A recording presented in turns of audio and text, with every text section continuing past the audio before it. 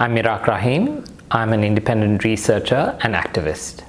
So how do you see the justice system dealing with cases of disappearances and fatalities?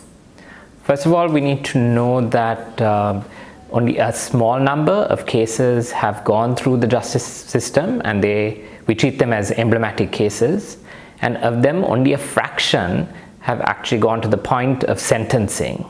So even if we take the cases where there has been sentencing and we have found somebody guilty of the crime of killing and disappearance, we don't still know in some of these cases what actually happened to the people who are disappeared, including how they were killed, where their bodies are. So there's a fundamental gap in the justice system, both in terms of law and in practice, of finding the truth, as families do really want to know what happened to their loved one and who is responsible. And so that's an issue that we really need to address through reform of the justice system, but also address through any other means to help locate and identify the remains of those who are disappeared. So Mirak, what are your views on the Transitional Justice Commission bill? So the proposed bill, which was gazetted on the 1st of January, proposes the establishment of a truth-seeking mechanism which is temporary in nature. I think while we look at it in terms of previous commissions and compare it, I think we also need to really flip it around and look at it from the perspective of victims. And I think that should be our starting point, rather than always trying to respond to it from a much more statist perspective, and to try and understand, particularly from the perspective of those who have been before previous commissions, how is this commission different?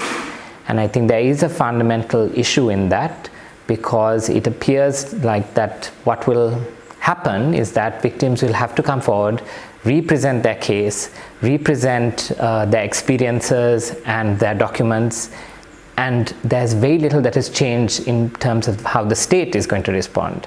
So there have been a number of statements in the past year where victims groups and civil society organizations have articulated their position on the TRC and suggested that the state needs to try and meet them at least 1/3 of the way, which is by doing the work on collating existing documents which are there with numerous state institutions, including the police, for instance, or the records of previous commissions, and compile that information so that it does some work. Otherwise, what it will turn out to be is another whole, in a way, a theater where victims have to come forward, and then the commission will present a report, and we will have yet another commission to build up on that large pile of previous reports produced by, one could say, well-meaning people also, and where there is nothing which has been implemented by the state, and that where victims continue to be advocating and demanding the right to truth and the right to justice. Many commissions have been set up, but results seem elusive. What do you think might be behind this perception of failure? I think one of the main reasons for this perception of failure is just the sheer number of not just commissions of inquiry, but also ad hoc committees which were set up to examine and inquire into human rights abuses. And so it's in double digits, basically, the number of commissions and committees since at least the 1980s, which are set up to look into these issues. And so from the perspective, particularly of victims, the question that they keep repeatedly asking is, why is this government now setting up a new commission when there are those previous commissions? And so what percentage of recommendations have been implemented by the state? And so that is a fair question.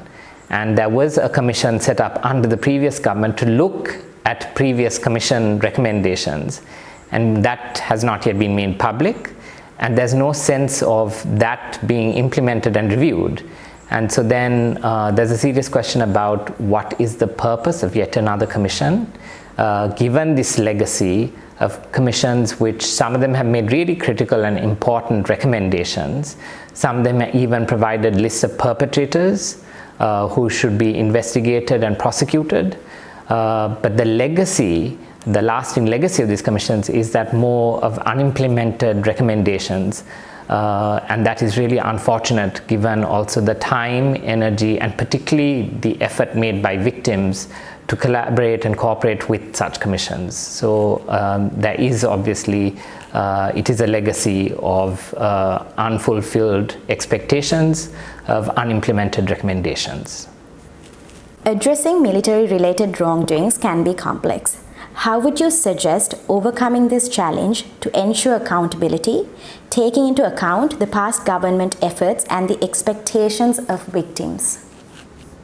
I think it is impossible both in terms of if you're dealing with large-scale conflict, be it the war from 1983 to 2009, or you're dealing with the JFP insurrection, the last insurrection from 1987 to 1990, that you don't look at the issue of justice. And when you look at the issue of justice and the violations committed on various people, and it could be mass disappearances, extrajudicial killings, massacres, torture, custodial deaths, it is impossible to look at it without also investigating the role of the military and crimes that it may have committed.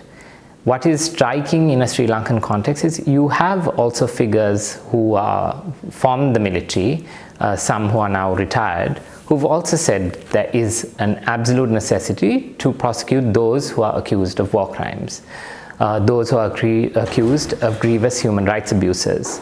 So that remains a critical issue to address, and unless that is dealt with, it is very difficult to move forward in Sri Lanka in terms of justice.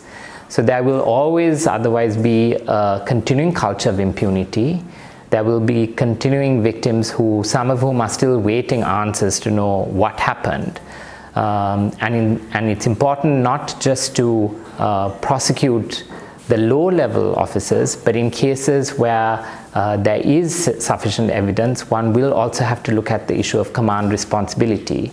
And this is on any crime. It could be on issues of where you have disappearances, but which were done for the sake of seeking money. And this could be either groups affiliated to the state, it could be paramilitary groups affiliated to the state, or it could be members of the armed forces as well.